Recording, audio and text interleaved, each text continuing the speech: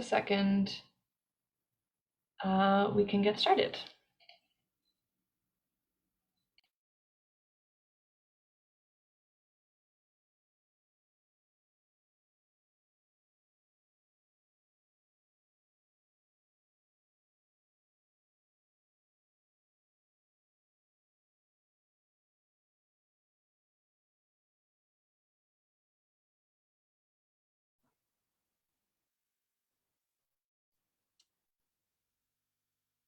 Hello and welcome. Welcome to the webinar Composing for Whole Bodies, Beings. And I am here on behalf of the CLC, the Canadian League of Composers, and I'll be hosting this meeting today, introducing it to everybody. My name is Fiona Ryan and I am a composer, and musician, and I'm on the CLC Council. And just going to start with an acknowledgement of the land where I am right now, and encourage you to think about the places where you are right now and who were the original inhabitants of those lands. Just a sec. So I am in Shpoktuk, which is in Mi'kma'ki, the ancestral and unceded territory of the Mi'kmaq people. This territory is covered by treaties of peace and friendship with the Mi'kmaq and Wolastoqiyik people that were signed with the British Crown in 1725. And yeah, we'll just take a second to acknowledge where you are and what the history of the place where you are right now is. And I'll go on to welcome you to visit the Canadian League of Composers CLC website, which you can find at composition.org. And you can find information on upcoming events. We don't have a whole lot, but one of the ones that is coming up is the AGM. So for anybody who's here who is a member of the CLC, you are welcome to join in with that. And you can find out more information on our website. You can also follow the CLC on social media, on Facebook or Twitter or Instagram. So I invite you to do that if you are interested in anything that you were hearing today, or any other composition related news, or would like to find out more about what we were doing to advocate for composers. Let's see. So now we can move on toward this particular webinar. So welcome, and you are very welcome to write any questions that you have, or if you need a clarification or missed something in chat on Zoom or on Facebook if you're following along there. And there will also be opportunities within this particular webinar to participate in more interactive ways. So please feel free to be ready for that. If you want to have something to write down little notes for yourself, you can, but you can also feel free to share them. There will be opportunities for discussion built into the webinar. So you can also hold on to your thoughts until that point if you wish as well. But if there's something that you feel you really need to, something you feel you want to say right away, feel free to send us a chat, and we will try to help you out with that and address it as needed. So now I'm very happy to welcome Sarah to start taking over and lead us in this webinar, and I look forward to hearing and experiencing what you're about to share with us. Thank you. Thank you. I just got word that, here we go, swap displays. So now are you seeing my main slide and not the presentation view? You're just seeing one slide? Okay, good.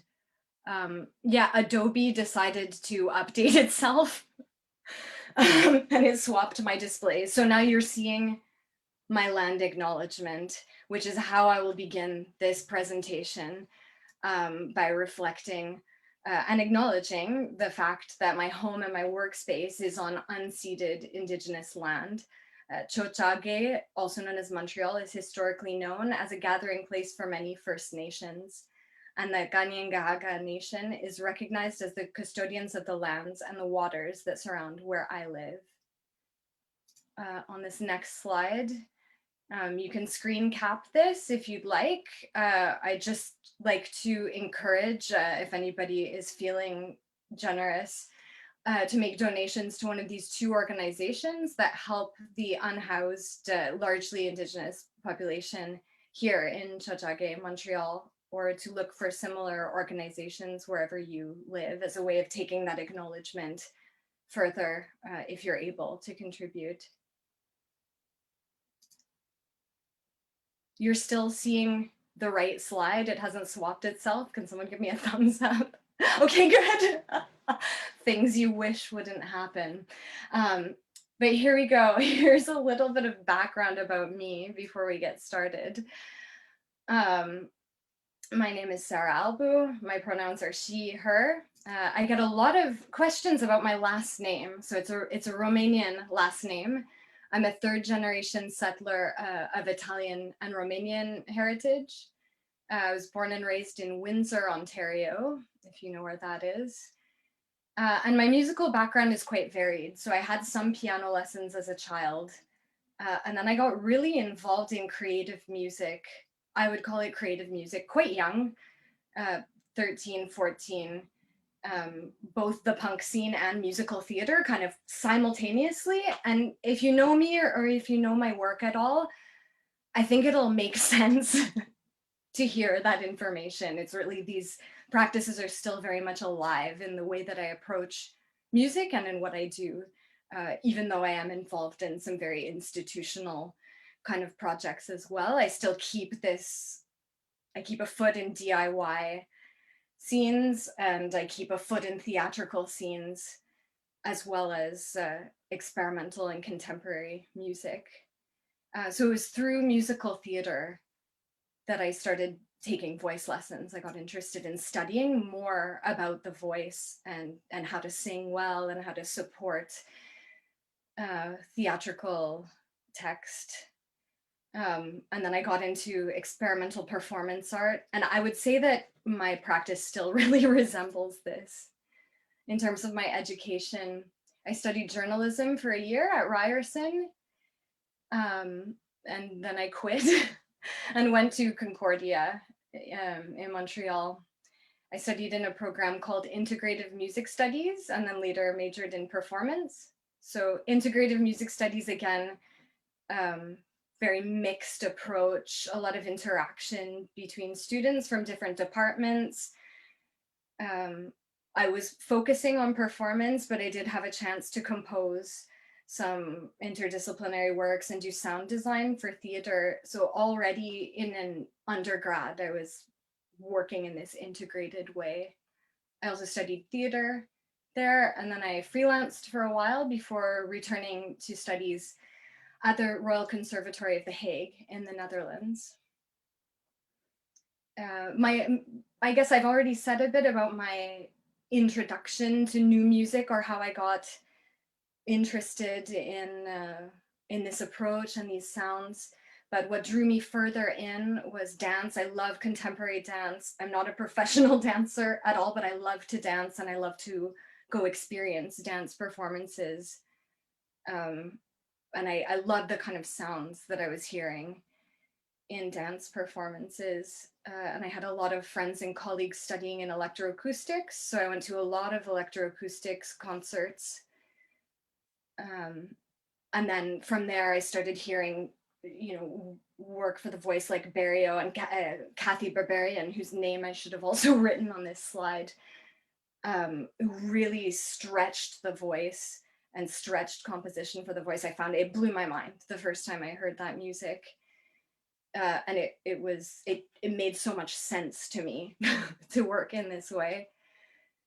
And then I guess to make a very long story short, I was asked to do a Pierrot Lunaire after another project that I was involved in by Jeff Stonehouse. And it like this really brought me into doing new music as a calling, I would say.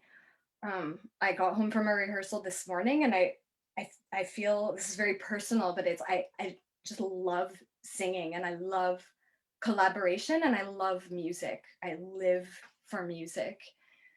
So it's very special for me to pursue collaborations with friends and colleagues, especially, not exclusively, but especially people that I have relationships with and that I've cultivated a rapport and an understanding with over the years. Yeah, and so I have this, I'm part of a collective also called or or many ways to pronounce the name of that collective. And we're a 7-voice collective who work, all of us compose a little bit. We all sing and make vocal sound. We all have practices as improvisers as well. So that's been a very nourishing way to continue learning. I don't have formal training in composition in terms of studying in a academic composition program, but I got interested in composition through performing new music. And it's really an embodied practice, and that embodied practice is what I'd like to share with you today.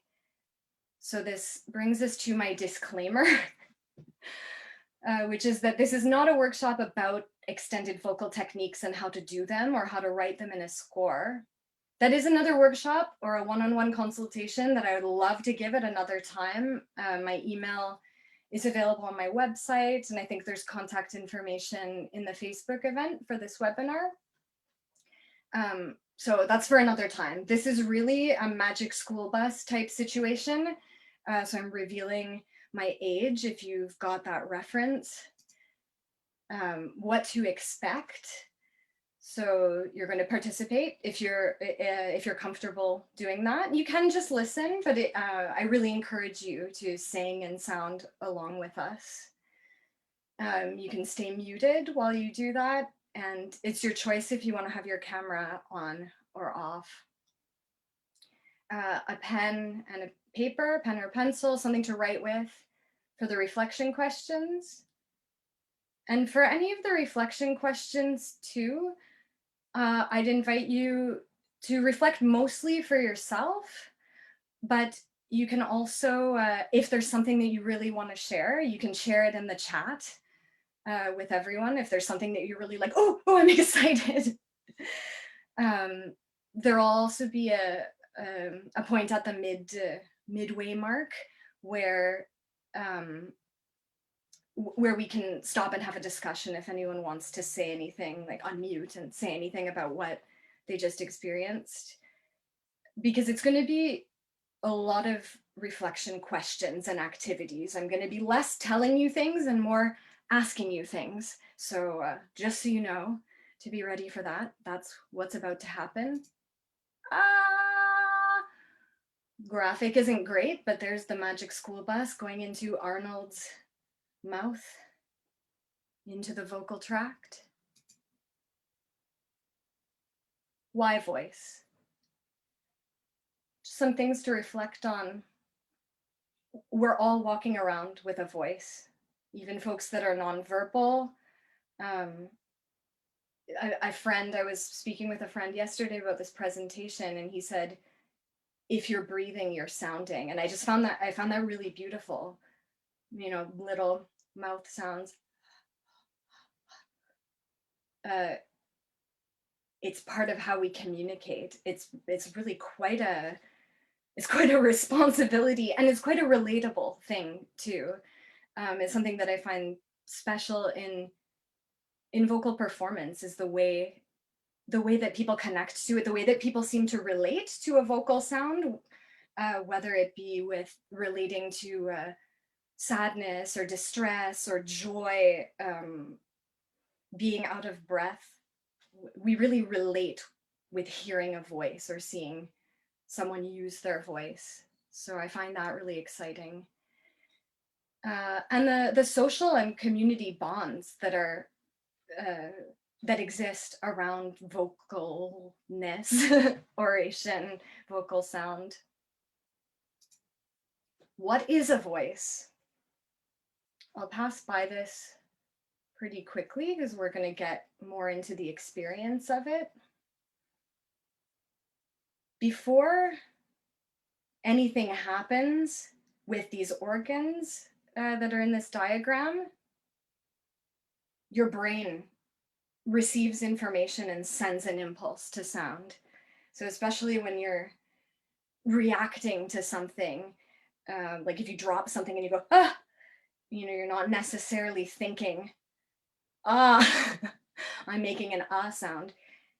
It's your brain that receives information, sends an impulse to your lungs, which fill. Okay, so this is the power. If you are familiar with synthesizers, this is like your power, the breath, and then the source of the sound, the larynx. So that can be a voiced or an unvoiced sound. The air is passing through. Or if the chords are touching, or any number of ways. And then you have the oral cavity, sinus cavity, lips, teeth, tongue that filter the sound.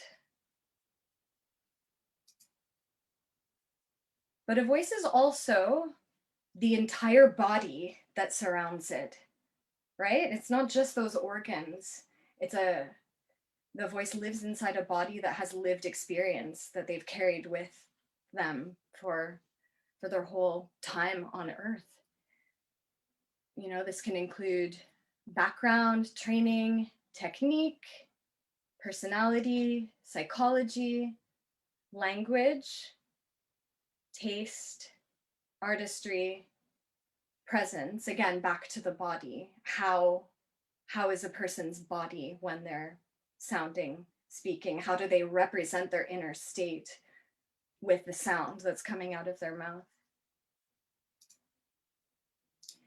I decided to really have fun with the clip art that came with PowerPoint. So this is us, this stretchy business person. You can stay seated if you'd like. You may stand. You can even, well, for the first part, let's stretch either sitting or standing. And then later, if you want to lie down for doing some of the vocal exercises, you're welcome to. So I think actually I'm going to stay seated just so that I don't go out of the frame, but really feel free to be standing or sitting. And let's just start by closing our eyes and doing a couple of shoulder rolls. So yeah, we're going to go in one direction, slow shoulder rolls.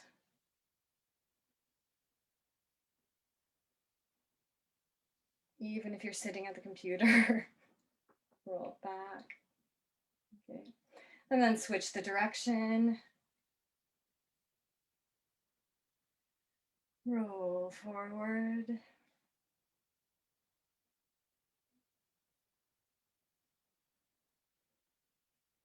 And you can take your chin down to your chest, like you're nodding yes.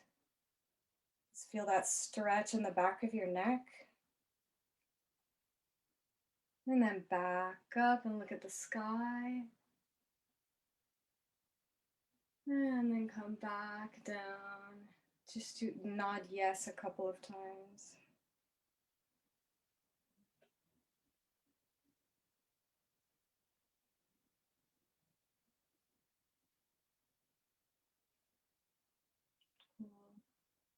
And we're going to nod from side to side too.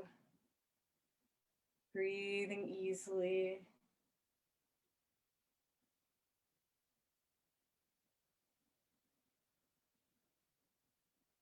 Just getting all those, I don't know if yours is crunching, mine definitely is. When you come back to center, just think a bit about, you know, those bobbleheads that are sometimes on people's dashboards, like a little character that has a spring for a neck. So just think about your neck being really loose and your head kind of floating on top.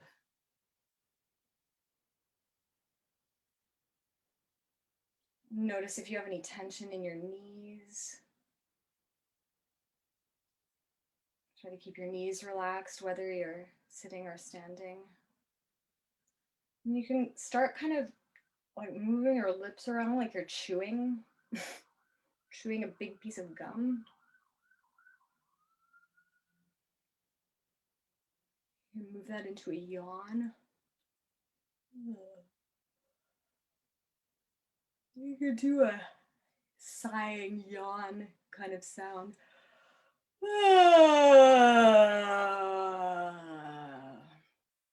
This is where if you're standing, you might want to shake a bit.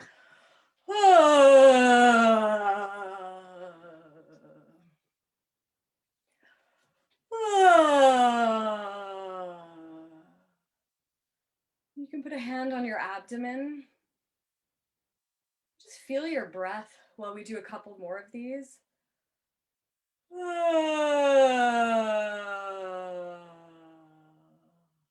Notice what's happening. Try different registers.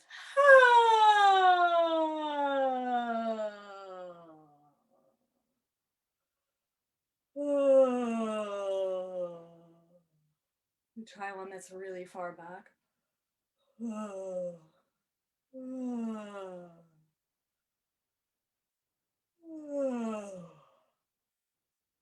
Right, and kind of chew that out. Put your hand back on your abdomen. We're just going to do a gentle, we're going to inhale, a slow inhale through your nose, and then exhale on S. So it's like a sustained S sound. And you can do it really, really gently. And stop if you get dizzy. And but pause and take some breaths. Just feel the gentle resistance.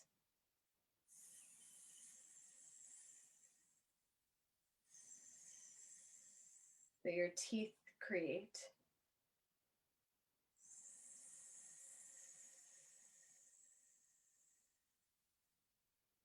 You can play with different speeds too with your breath. Like you can experiment with giving a lot of breath. Okay, how does that feel?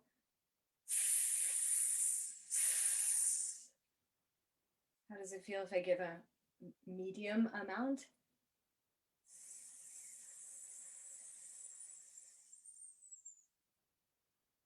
And then what about the tiniest amount where it still makes a sound?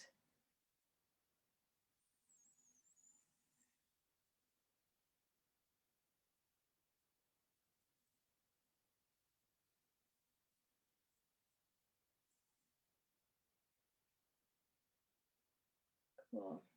And then we're going to move to a SH sound, and we're just going to do a couple little pulses.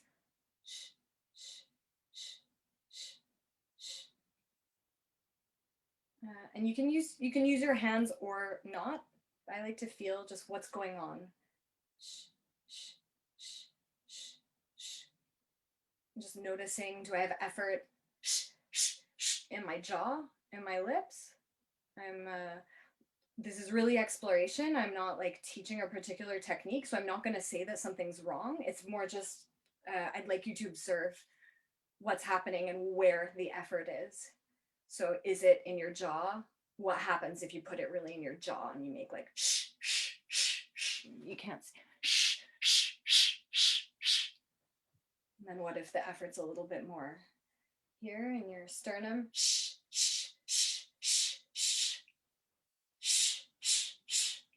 What if you imagine having two grapefruits under your arms and you're squeezing them?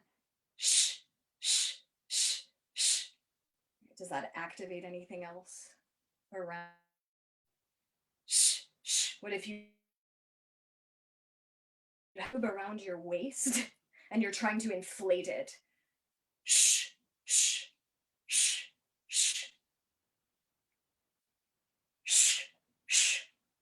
So play with a couple of those. Play with those ideas and we can move to a F sound. So what happens if the pressure's higher? Can you do some shifts?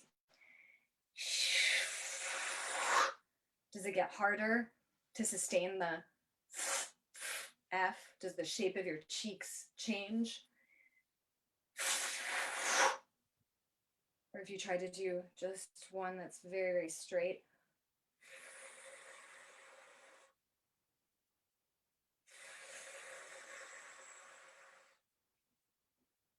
Cool. We're gonna move that to a V. So you might have noticed that we haven't actually gotten the vocal folds involved yet in this. Now we're gonna get them involved. So it's like a letter V, like a long string of letter V's. Or you can think also, I like to think of like how children who are playing with toy cars, kind of like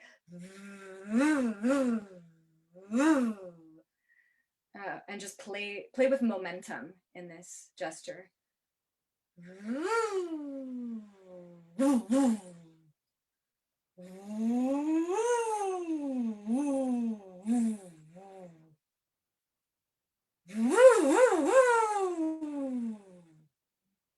What if it's gentle?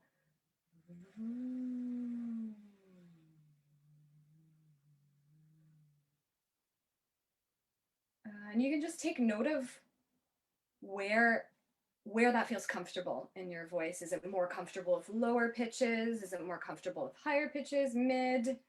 Do you like them all for different reasons? Is there somewhere where it's really difficult to do? We're gonna do, a similar one. So that same idea, just playing with momentum and playing with speed. You can do an octave if you want on, I call this a boat motor. And again, it's like a child playing with a toy or a lip trill.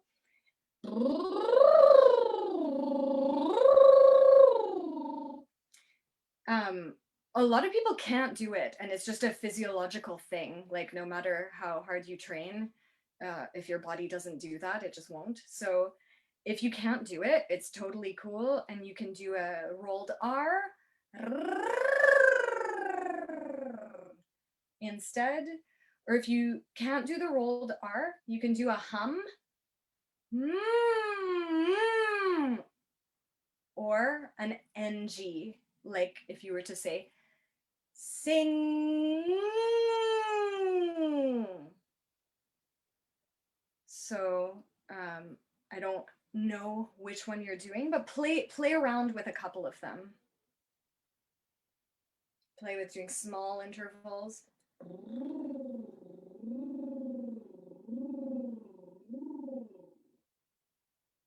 Larger intervals, maybe.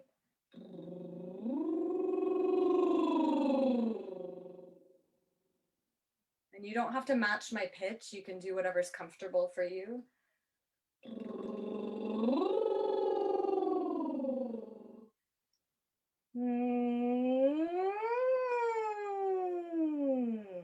You can try them loud. You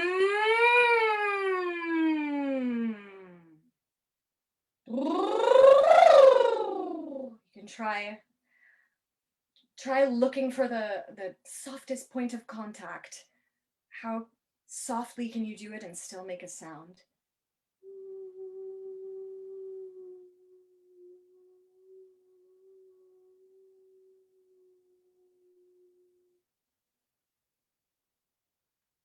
And keep exploring that. And we're going to add some vowels in. So all the sounds we've been doing have had some kind of resistance, a semi-occluded vocal tract. Right? It's a bit blocked. So now we're going to move to opening to a vowel. So you can choose vowel of your choice.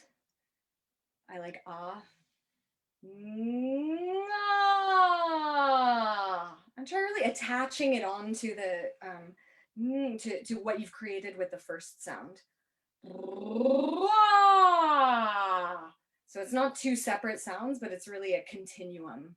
It's one sound that's just got something in front of it for a while.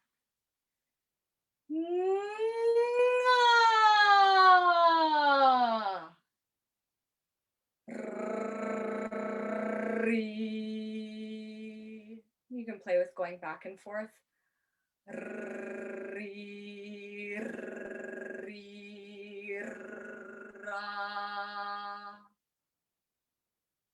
You can put several vowels together now.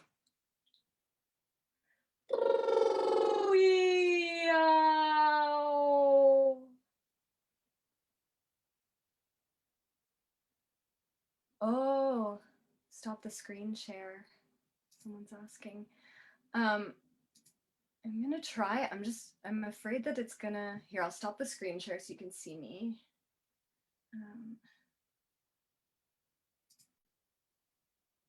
Hopefully, do you see me now? Yes? Okay. Actually, I'm gonna go back to PowerPoint soon.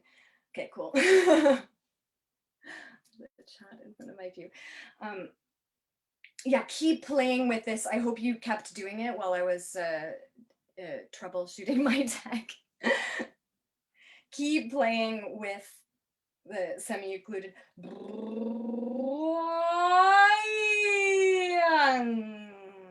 So invent a couple gestures where you're going.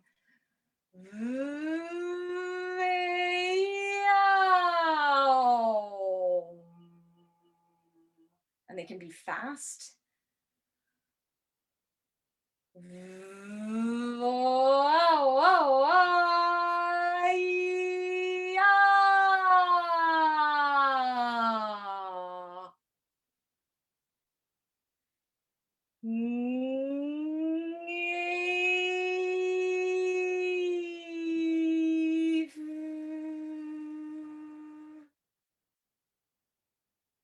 Cool. I want to try a word, and this word is meow.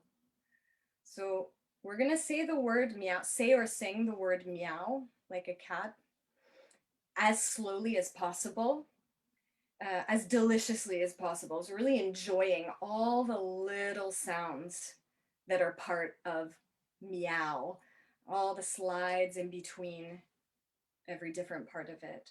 So I wish I could hear you all, but I'm just meowing at my computer screen. So let's try that.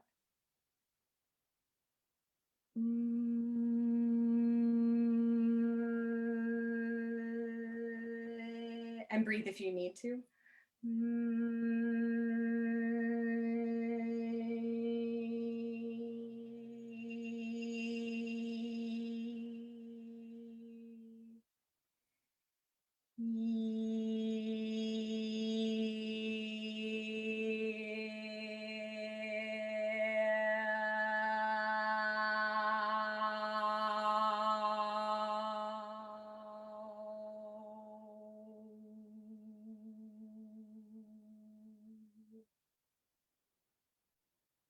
Awesome.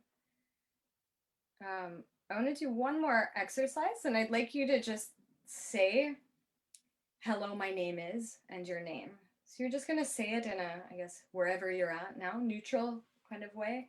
Hello, my name is Sarah. And now you're going to say it like you're super surprised and excited, like you've just received a surprise cake. Hello, my name is Sarah. Just notice how that feels. Really sad, like trying not to cry. Hello, my name is Sarah.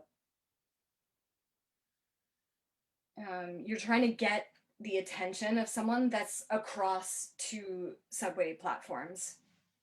Hello, my name is Sarah. You're saying good night to your child. Hello, my name is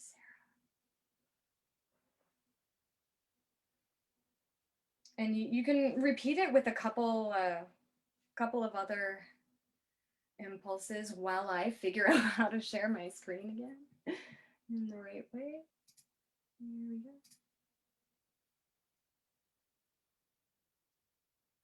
PowerPoint. I'm gonna need feedback on this. So do you see, can someone just tell me if you see the right thing? You see just the main slide? Okay, good. Wonderful, thank you. now we're going to move on to, whoa, yeah, karaoke moment. So take a moment to think of a song that you connect with, that you think might feel good to sing right now.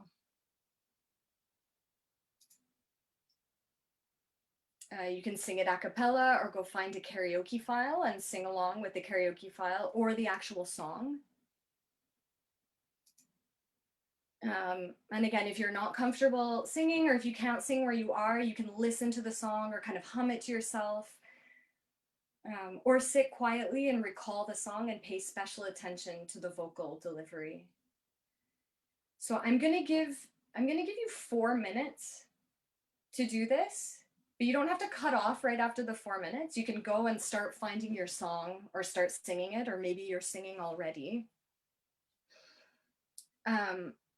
And I'm going to, in a couple of minutes, flip to some reflection questions. So even if you're still singing, you can start thinking about them. And then as you finish singing, you can start writing your reflections. And again, this is a personal reflection moment, but if at any point you want to share something or ask something, feel free to write in the chat or let Fiona or Ariadne know. So happy karaoke. I'm also going to mute myself and I'm going to do some karaoke. See you in 4 minutes.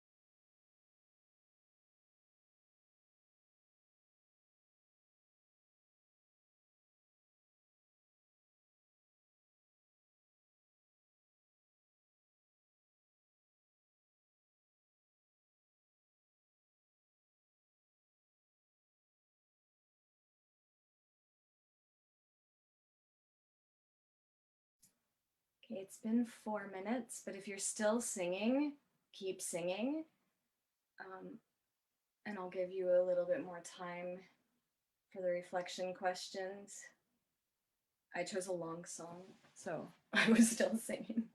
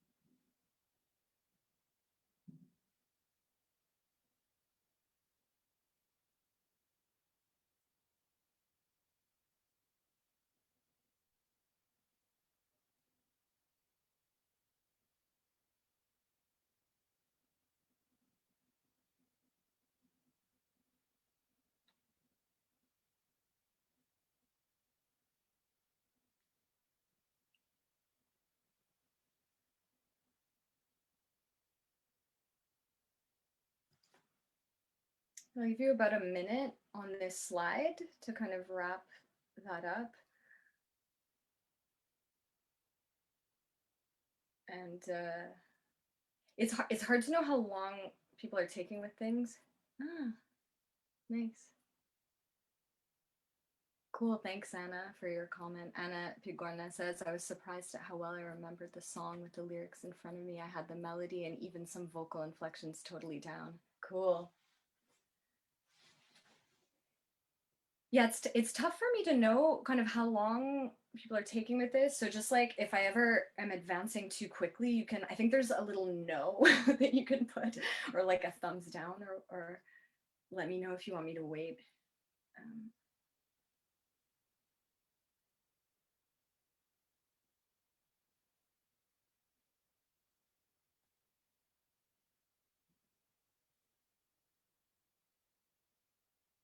So I have more questions for you.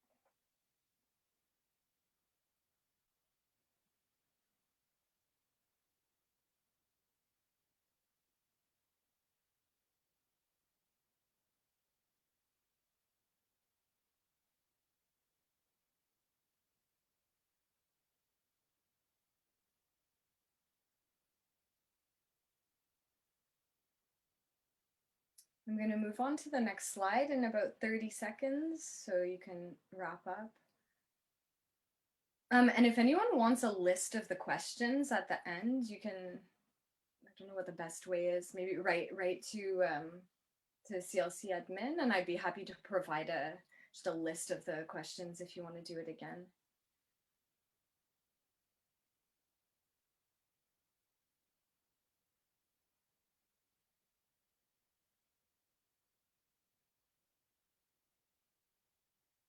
So I'm going to switch to the next slide.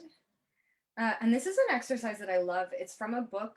I've included the title at the end in references, called Freeing the Natural Voice by Kristen Linklater. So this can be a quick drawing and you can return to it later. Draw a quick drawing of how you perceive your voice.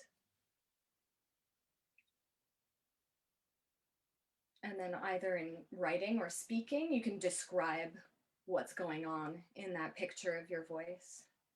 So I'll give you Give you 2 minutes to do this.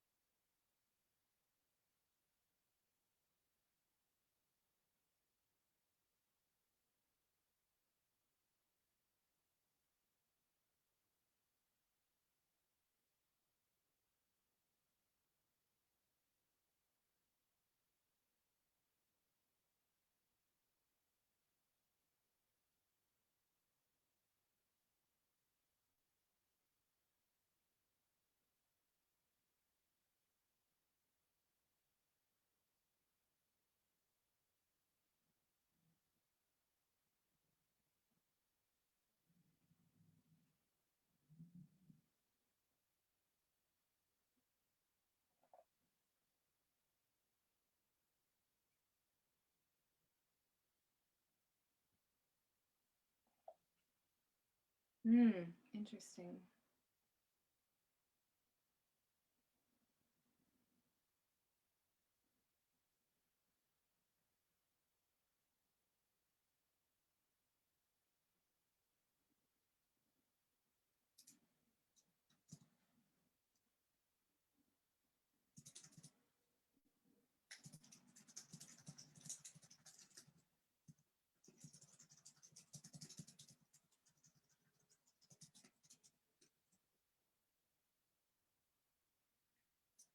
I'm gonna move on to the next slide, which is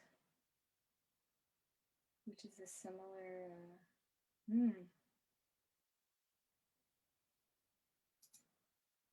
This one I find hard. It's a similar prompt. So draw a picture of your voice as you would like it to be. Is that something you think about?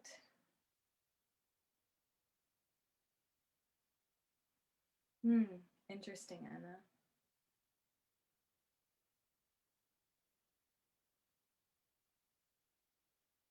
Yeah, I get that. It's very physical. It's like a very 3D.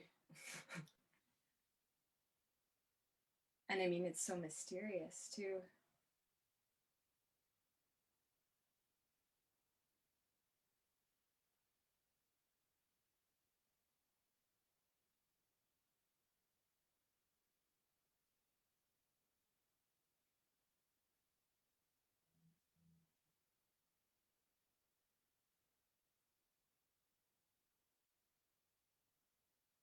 I lost track of how long it's been. I think it's been about a minute, so I'll give you about another minute for this one, and you can always return to these. Or maybe you will return to them without intentionally returning to them. It'll just, you'll maybe get the image.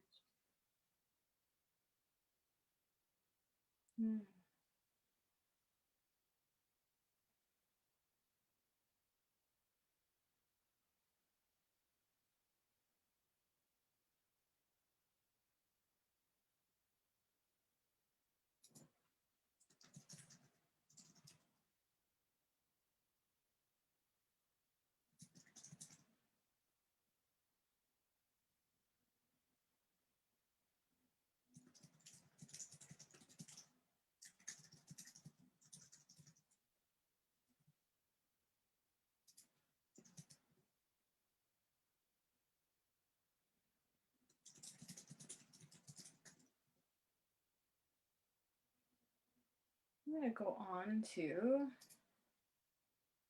the next slide.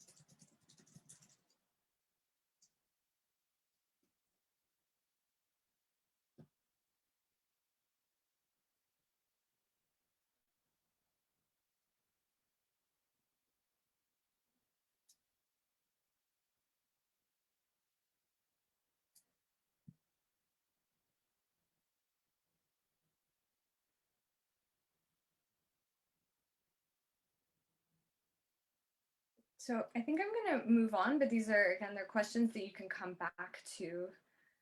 And they're definitely great discussion questions. Like I wish that we could all be in a room discussing these, because I'm so fascinated to hear what this has brought up for all of you. Already in the chat, there's some really interesting things coming in. I planned a quick stretch break here. So take a quick stretch. And yeah, I'm not sure if anyone. Oh yeah, I'm reading the chat at the same time. This is from Ariadne. I wish composers had a better understanding of what it's like to only use a very small part of your voice for an extended period of time and how tiring that can be. Totally. Totally. As we're kind of stretching and wiggling, I had two ideas here. Either we take a pause and have a discussion here and then go back in for the next little bit. The second half is it's not as long. It's kind of just like more questions and more things to think about. So I'm not sure what is there anything anyone wants to share right away as part of a discussion by unmuting themselves and talking now, or do you want to hear what's next and then talk at the end and kind of wrap everything together? Just to give some context, what we've just done is really reflecting on the experience that we just had of trying those simple exercises and singing a karaoke tune together. And then moving forward, it's going to be a bit more questions about collaboration, the kind of questions singers and composers can ask one another, and the questions we can ask ourselves about repertoire and sounding. So raise your hand if there's something you'd like to say out loud right away. Otherwise, I'll go forward. Okay. And maybe Fiona and Ariadne, just let me know if someone's raised their hand, because I'm going to look at the slides. More questions for you. In your life, when do you sing, declaim, make a vocal sound? When you were growing up, was there singing, declaiming, abstract vocal sound in your life? When and in what context? And in a similar vein, what can a voice express? So this is another brainstorm we can have in the chat or personally. What are all the things that a voice can express?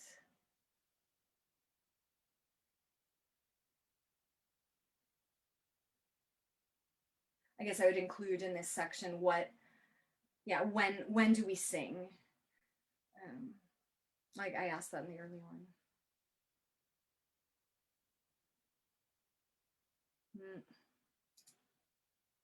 Emotion without words, celebration.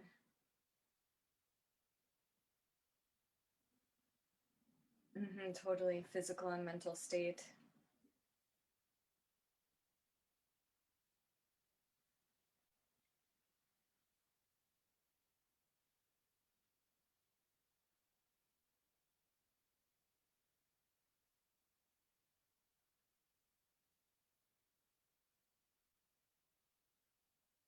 I'm going to move on. So this is something I'm calling dramaturgy of sound. These are questions I like to ask. What is the core of the piece? What's the piece trying to express? And then how do specific sounds and vocal settings serve the expression of either the text or the theme or the mood? If there's no text, is it purely about sound? That's interesting to know too. Personally, I'm a very emotional singer. I can express something that's just a sound, but for my personal performance practice, I still assign an emotion to things, or I'll relate to it somehow, even if that emotion or if that state is detached. That's still a state. It's not completely neutral. So that's something I think about a lot.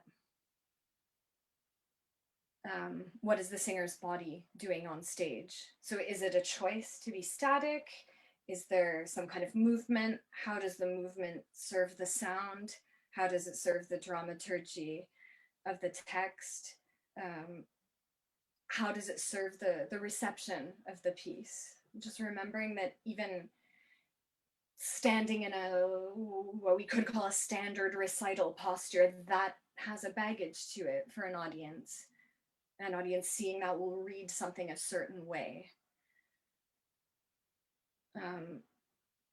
I get really excited about pieces that have objects or instruments or electronics because my hands are free. I can, I don't know, voice and pen clicking piece, percussion, electronics. And how does that interact also with the message that the text is expressing, or that the music is expressing? Like, is it accessory? Where it gets interesting for me is when there's an interaction that makes a kind of sense, even if it's not a straightforward sense, if it can be this kind of absurd world of sense. The theatrical action of having an object, especially if it's just one object for the whole piece, like this pen becomes very important. And then what is the voice's relationship to this pen?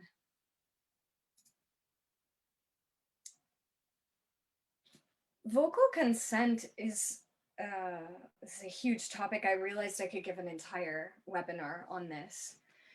There's an article by Alex Temple that was in New Music USA, New Music Box USA. I have it on my phone, that addresses this, that I've linked to at the end. So I think I won't read you the quote right now, but I'll encourage you to go check out that article because I just really couldn't say it better. And these are questions, I think, that can be asked in both directions, from a composer to a singer, from a singer to a composer, when approaching collaboration. What do you like? What don't you like? Are you comfortable with this style, text, or thematic content? I really appreciate being asked that. I've been in situations sometimes where I haven't been comfortable with the content, and you know, we're in creation, we're making new work, so we don't have to have the excuse, and we don't have the excuse that this is old music and it's history, and like, oh well, they thought that back then. You know, really, if there's something that you're not okay with, it's coming out of your body, it's coming out of your mouth. If you're not comfortable with it, it's really okay to say something. And I'd like to stress that in both directions, that we need to start taking this really, really seriously in collaboration and in performance.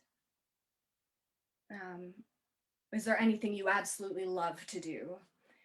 Is there anything you do not want to do?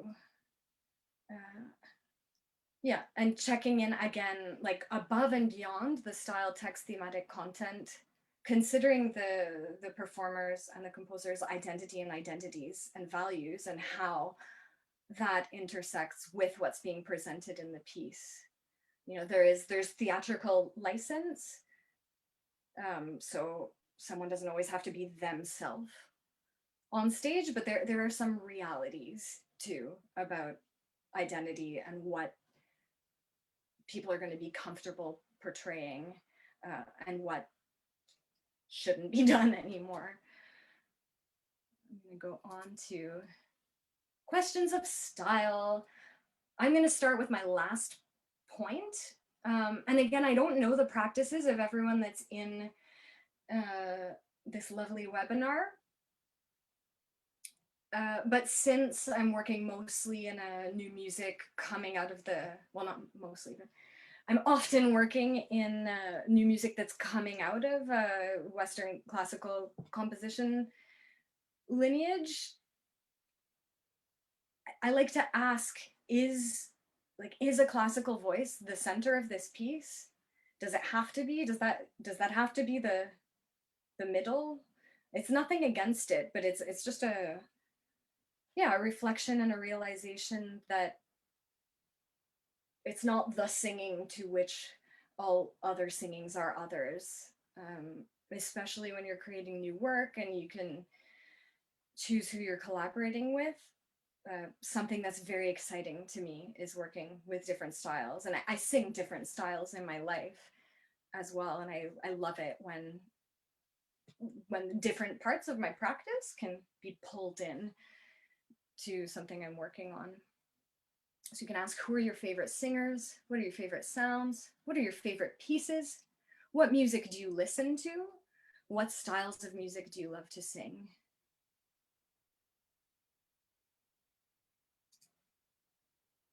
And we began with a disclaimer. We shall end with a disclaimer. There's no one size fits all approach. And Alex Temple's article also deals with this. You know, not every vocalist may want to be as heavily involved in the process, and not every composer is going to want the singer like calling them about everybody. Like, what do you mean here at this measure? Yeah, not everyone's into that. So it's something that you negotiate as you go along. And yeah, most folks will appreciate being asked their preferences and their opinions. And it's something that you can find together. So just a meager little resources section with the article by Alex Temple on composers, performers, and consent. And 2 books that deal with voice for the theater, but that I find are really applicable just for anyone having a voice. And so that's the end of the presentation part. I really hoped that we could have a discussion if folks want to stick around for that.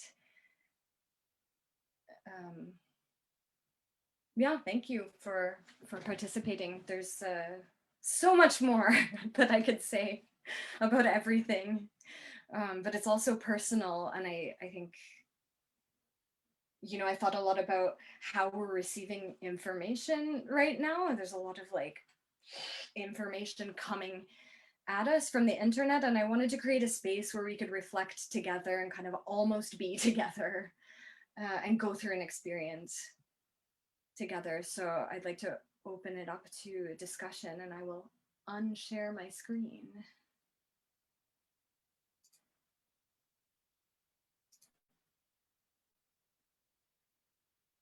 Okay. So, oh, my screen looks weird.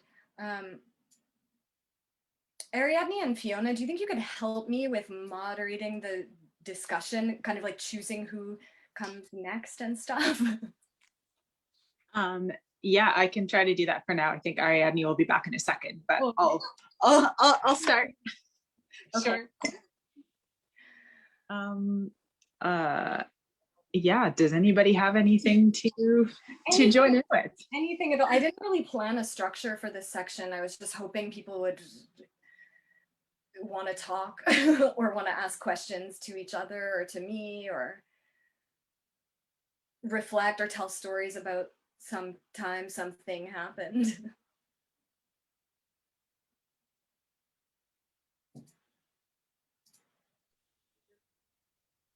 Oh, I think, do I see a raised hand from Michael? Yeah, okay, yeah. Let me see if I can. I was not the original host for this. Let's see if I can adjust the mute setting. Oh, wait, maybe I can make you a host. I think I am now. Okay. But I think, but I wasn't at the beginning. So just a sec. Let me see if I can change that. If not, if you can unmute, let me try. 1 sec. Sorry, Ariadne picked the worst possible moment to go for a bathroom break. Okay, there we go. Okay.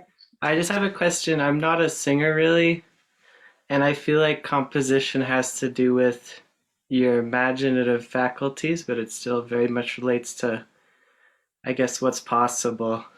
So I'm wondering if anybody, or you specifically, Sarah, have strategies for like uh, bridging the gap between imagination and like maybe actually hearing or feeling stuff as you're working on it? Mm. I mean, in my personal experience, it's really been it's been trying stuff. If you can find someone to try stuff with, um, but you, even if you're not a singer, you have a voice. So even if you can't do it the way that you're imagining, there's like you have a good clue. Like I think more than you would with an instrument that you've totally never played. You have a good clue for whether something's possible or not. Like how long a breath is. Singers do train our breath capacity, but still, like, you know, nobody can sing sustain no for a whole page. You know what I mean? So yeah, trying stuff out yourself, and definitely a friend that's into trying out vocal stuff is a good friend to have if you're interested in writing for voice.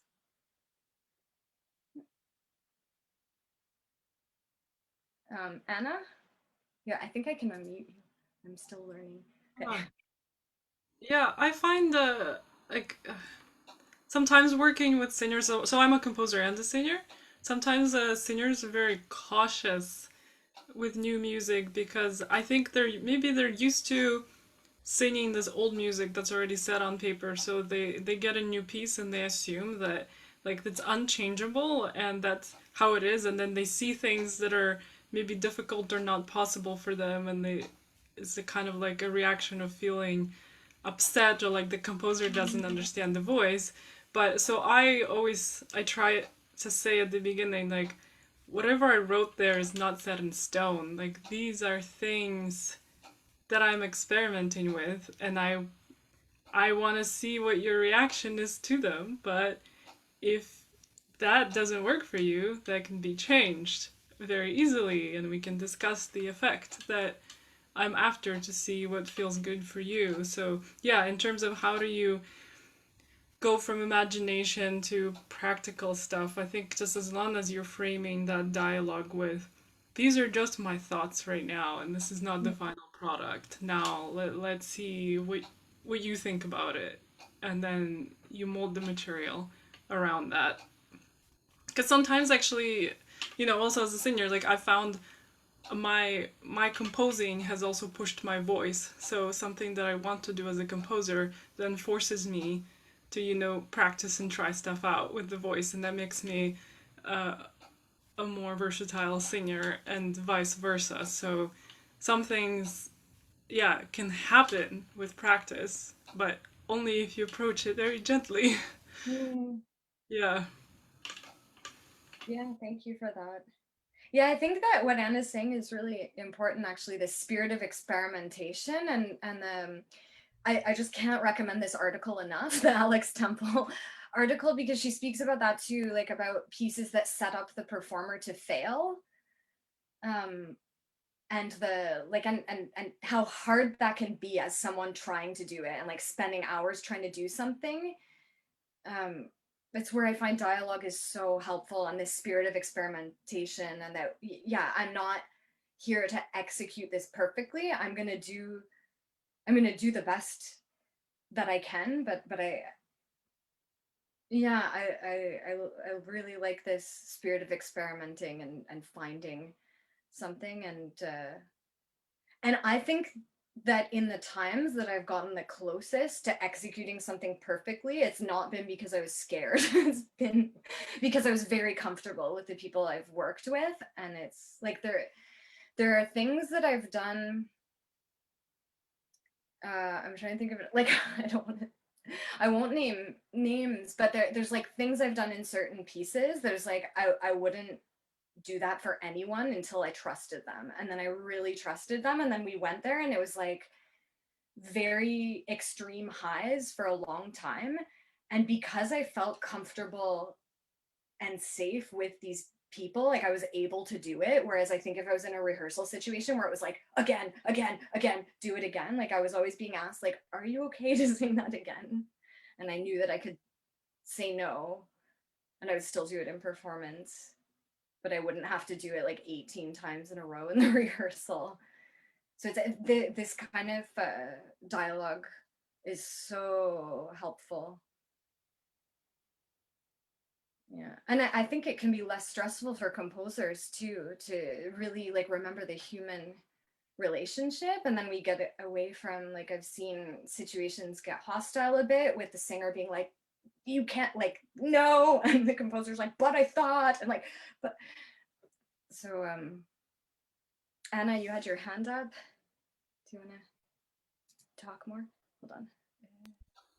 Yeah, I just wanted to say I think that definitely composers can be total jerks, and I think singers can be divas. So I Yeah, think totally. it's important from both sides to have that communication where, yeah, if a singer is uncomfortable, then it's really important to communicate it as opposed to like, yeah, trying to be perfect and feeling like you're set up for failing. Because as a composer, like, I really want to know that if you feel like you're failing, then that's not the right musical material for you, and then there's no judgment in that. It's just not the right musical material for you. So, yeah, I think it's so important to communicate that from both sides.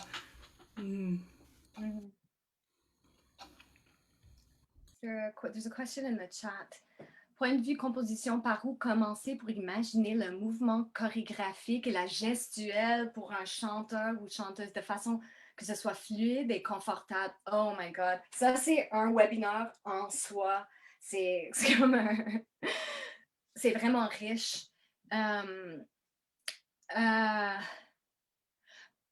Mais encore, je suis vraiment fan de l'approche intégrée. Donc, on ne se connaît pas, Madeleine, mais on s'est déjà écrit, mais je ne sais pas si toi, tu as un pratique de mouvement. Mais j'encouragerais toute personne qui voulait intégrer du mouvement de participer à une pratique de mouvement, soit la danse ou comme mouvement créatif ou danse improvisée, pour essayer les gestes. Puis, ah oui, par où? Honnêtement, des fois, pour moi, ça commence avec le geste et pas avec le son. Comme je vois une image, comme je disais dans le chat tantôt à Anna en réponse au dessin, je suis vraiment visuelle. Donc, des fois, je vois le visuel, puis c'est le visuel qui me donne le son. Donc, ça aussi, c'est une possibilité. Ouais, ça peut être. Encore, je reviens à ce mot dramaturgie, d'investiguer les choses vraiment de plusieurs angles. Donc, ouais, fait que choisis le point de départ. Donc, si le point de départ, c'est vraiment le son, OK, le son, ça dépend vraiment de ta psychologie personnelle. Comme, OK, ce son, à quoi ça me fait penser, ce son-là? Comme, c'est quoi le geste que si j'avais à soit dessiner le son ou à danser ce son, ce serait quoi? Puis, des fois, je me filme aussi, puis je le regarde, puis des fois, je trouve que c'est pas bon. Mais des fois, je trouve qu'il y a des choses comme sans planifier. Si je fais vraiment une réaction au son, en improvisant, ça donne des choses surprenantes. Et encore pour répondre ouais, à la dernière partie de ta question, pour que ce soit fluide et confortable, ça dépend vraiment de la personne. Ça aussi, chaque personne a une relation différente avec le mouvement et avec leur corps sur scène. Donc, si tu as la chance de travailler avec quelqu'un, et si tu sais avec qui tu vas travailler, c'est bien d'avoir cette conversation aussi, comme les mêmes questions que j'ai mis tantôt pour la voix. Est-ce qu'il y a des choses que tu aimes? Est-ce qu'il y a des choses que tu n'aimes pas? As-tu une pratique de mouvement? Est-ce que tu danses? Est-ce que cette son-là est confortable avec ce geste? Comme... Ouais.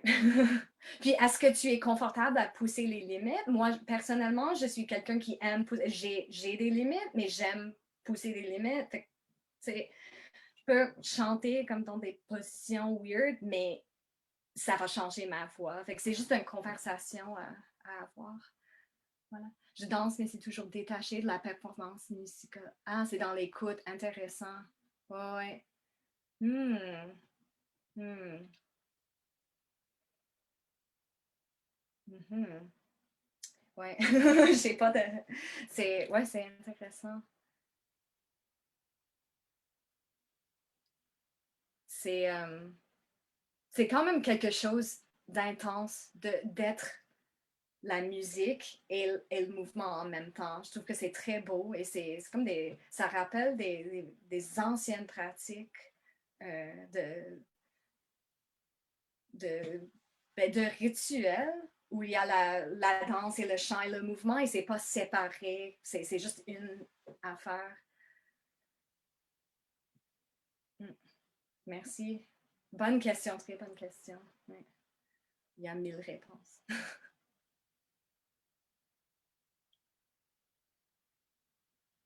Okay.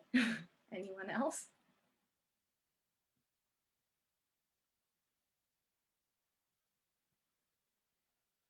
Have you ever had a composer ask you to sing something in an untrained voice? Yeah.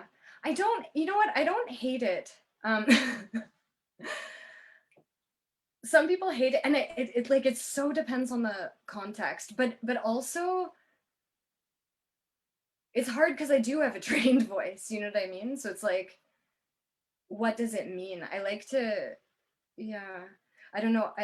So Anna, I sort of know about your practice, and I some friends have been telling me about you for a while. I also sing Balkan music.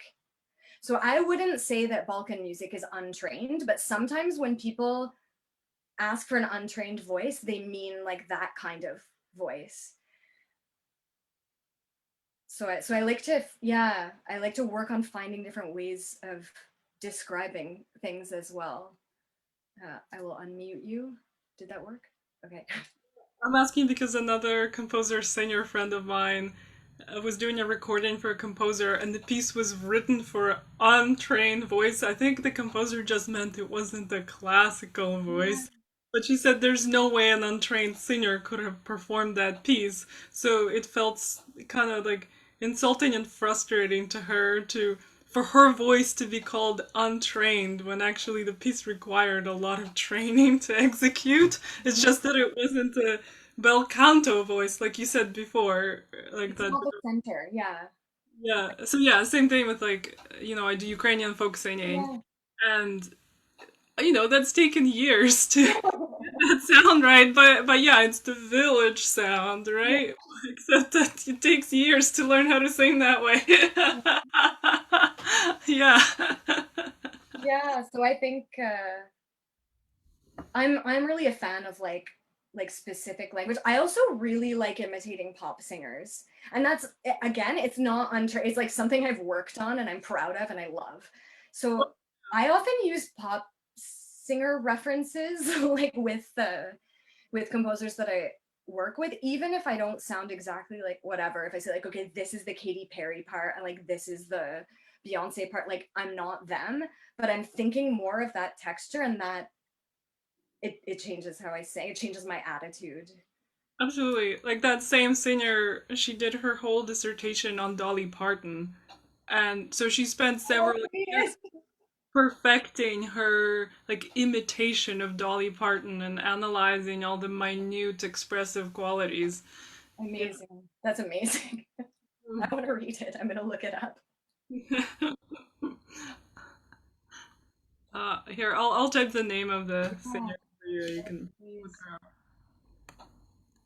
up. Actually, I'm going to put, now that, where's Firefox? I'll put the link to that article that I'm talking about because I just love it so much. I'll put it in the chat now. Yeah, I think, and I think it's nice to talk about that too, to talk about what is training. You know what I mean? Like the voice, I didn't go into this in detail in my talk, but all the conversations we're having about diversifying institutions and who's got access to perform in a whatever creative music context, like there's so much potential with voice in contemporary dance, for example. you're not asking people like, do you do tap or ballet? Or like, do you have, 18 years of tap experience or 18 years of ballet experience? There's people that came later in life to formal dance, but that have been participating in other dance traditions that aren't so institutional. And a lot of the contemporary dance world has really made space for those people. And that's my wish for the vocal world. Like, I intersect with the opera world a tiny little bit, but I wouldn't say that I'm from that world either. And really my hope for the vocal world is that, like, in creation, we don't have to all have the exact same training or have gone to the same school to be allowed to sing together. And we can work with that, with different kinds of training, different vocal textures. And that's really interesting and beautiful. Yes, cool, thanks. I'm gonna open this Dolly Parton link.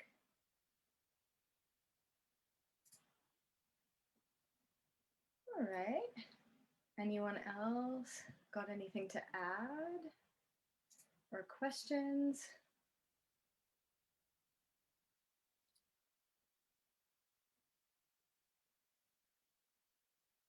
All right, well, thank you for coming.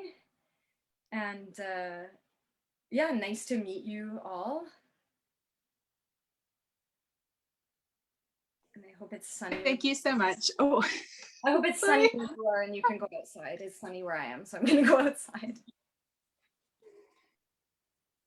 I was just going to say thank you so much, Sarah, for sharing this with us and for provoking these thoughts and conversations.